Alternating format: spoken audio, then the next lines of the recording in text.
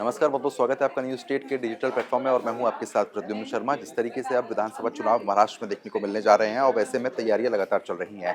ख़ास बात यह है कि जिन पार्टियों को वहां पर उम्मीद थी, यानी कि ख़ास तौर पर समाजवादी पार्टी को, वो उम्मीद अब ख़त्म होती हुई नज़र आ रही है क्योंकि वाद-विवाद की स्थिति बनी हुई है। लगातार आपसी जो मतभेद हैं, वो खुलकर अब सामने आ रहे हैं। एक तरफ हरियाणा में सीट नहीं मिलती हैं समाजवादी पार्टी को, उसके बाद कांग्रेस को 2 सीट यूपी में ऑफ़र की जाती हैं। वहाँ पर यानी कि उपचुनाव में वहाँ पर कांग्रेस बैकफुट पर आती है, लेकिन अब महाराष्ट्र में जो समीकरण है वो बहुत अलग बनते हुए नजर आ रहे हैं। अब देखने वाली बात ये रहेगी कि किन सीटों पर क्या समझौता होता है, शिवसेना की तरफ से क्या प्रतिक्रिया सामने आती है और कांग्रेस की तरफ से कहीं ना कहीं क्या स्टैंड जो है वो समाजवादी पार्टी के लिए यहाँ पर लिया जाता है। ज्यादा जानकारी के साथ मेरे सहयोगी मेरे साथ जुड़ चुके हैं। अरुण, जिस तरीके से लगातार देखने को मिल रहा है कि साफ तौर पर कहीं ना कहीं महाराष्ट्र की जो विधानसभा चुनाव है उसमें रूपरेखा काफी अलग तौर पर बन रही है।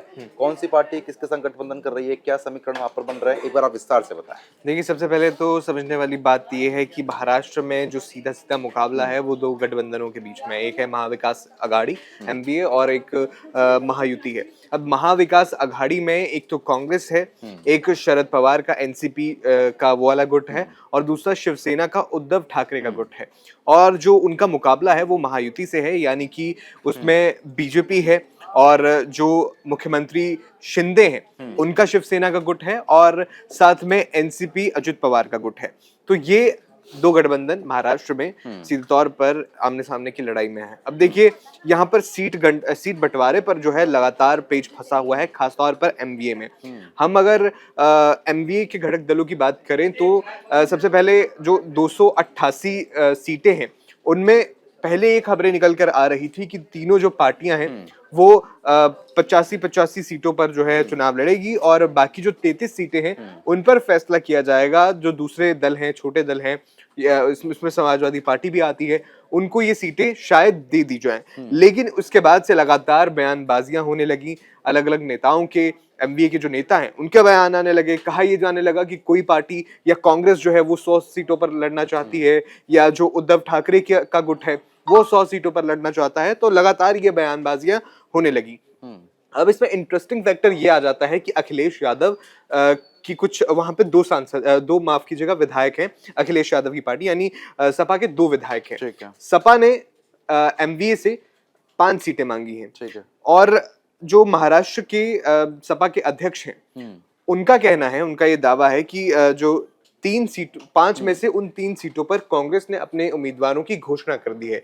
यानी कि साफ साफ जो है एक तरह से जो सपा आरोप लगा रही है कि उनके साथ विश्वासघात हुआ है। तो देखिए, उन्होंने जो महाराष्ट्र के सपा के प्रमुख है अबू आजमी, उनकी तरफ से साफ साफ धमकी दी गई है अगर वो 5 सीटें जो कि समाजवादी पार्टी की ओर से एमवीए से मांगी गई हैं, इसमें से 2 वो सीटें हैं जिस पर पहले से समाजवादी पार्टी के विधायक हैं और इसके अलावा 3 और सीटें हैं जिसमें भिवंडी वेस्ट और मालेगांव और धुले है।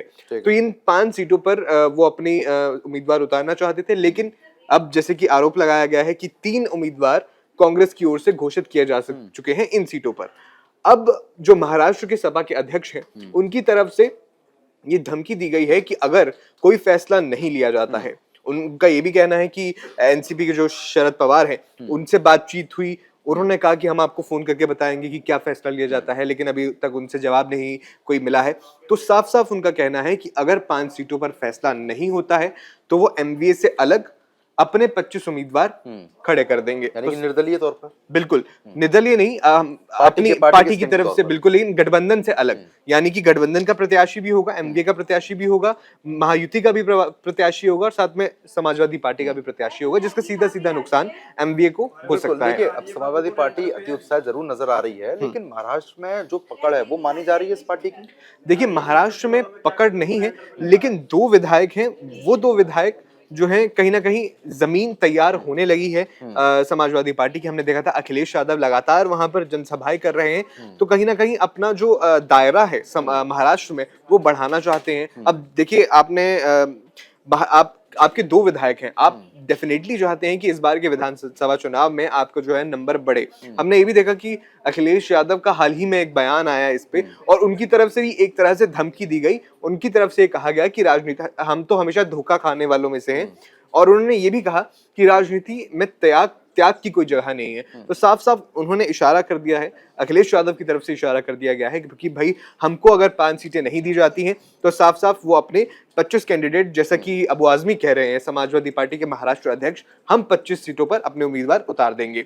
और इसमें एक चीज ये भी इंटरेस्टिंग हो जाती है कि जब हरियाणा में समाजवादी पार्टी ने चुनाव लड़ने से इनकार कर दिया था, अखिलेश यादव की ओर से ट्वीट किया गया था, उनकी तरफ से कहा गया था कि हम यहाँ त्याग कर रहे हैं और और उन्होंने एक तंज कसते हुए भी ये भी कहा था कि अगर हम यहाँ ये सेक्रीफाइस कर रहे हैं तो हम भी ये उम्मीद करते हैं कि आगे उपचुनाव, यूपी के उपचुनाव आ रहे हैं और महाराष्ट्र के चुनाव आ रहे हैं तो वहां हमें इसका फायदा मिले। अब यूपी के उपचुनाव में हमने देखा किस तरह से पहले कांग्रेस की ओर से 5 सीटें मांगी गई थी, 10 में से 5 सीटें तो नहीं मिली पहले, उसके बाद फिर 2 सीटों पर बात बनने लगी कि शायद जो 9 सीटों पर चुनाव घोषित हुआ है उनमें से 2 सीटें कांग्रेस को मिल जाए, लेकिन अंत में अखिलेश यादव ये ऐलान करते हैं कि जो 9 की 9 सीटों पर हैं वो समाजवादी पार्टी के चुने पर ही चुनाव लड़ा जाएगा। तो देखिए उपचुनाव में कांग्रेस नहीं उतर रही है, हरियाणा में कांग्रेस ने जो है समाजवादी पार्टी ने कांग्रेस को वे दे दिया। अब महाराष्ट्र में यहाँ पे पेच फंस रहा है कि सपा चाहती है कि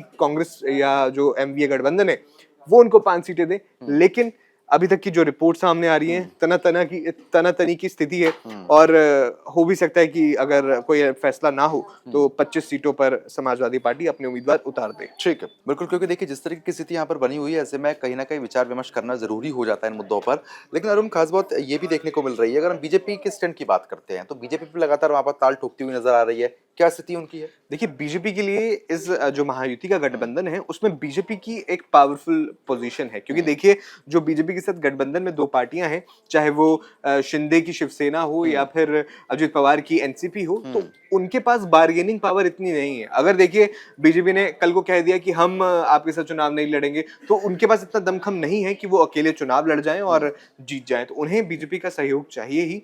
और साफ तौर पर हम इसका जो हमें रेप्रिकॉशंस है वो हमें सीट बंटवारे में या फिर जो टिकटों का ऐलान हुआ है, उम्मीदवारों का ऐलान हुआ है, उसमें भी देखने को मिला है। अभी तक बीजेपी की ओर से 120 से ज्यादा उम्मीदवार ऐलान कर दिए जा चुके हैं, जबकि 35-40 उम्मीदवार दोनों पार्टियां जो बाकी बची हैं उन्होंने किए हैं। तो साफ तौर पर पलड़ा सीट बंटवारे में बीजेपी का भारी है और बिल्कुल मैक्सिमम सीटों पर बीजेपी अपने उम्मीदवार उतारने वाली है। और इस बार अगर वो चुनाव जीत भी जाती है तो हो सकता है कि इस बार का मुख्यमंत्री किसी गठबंधन से ना हो, बीजेपी का अपना ही हो। बिल्कुल, कहीं ना कहीं स्थिति जो है वो थोड़े दिनों में साफ जरूर होगी। लेकिन अगर सपा के स्टैंड की लगातार हम लोग बात कर रहे हैं, कितने दिन में क्लियर हो सकता है? देखिए अबू आजमी की तरफ से तो वैसे तो शनिवार का समय दिया गया था, आज रविवार हो चुका है और अभी तक फिलहाल अब जब रिकॉर्डिंग के टाइम तक तो कोई जवाब नहीं आया है।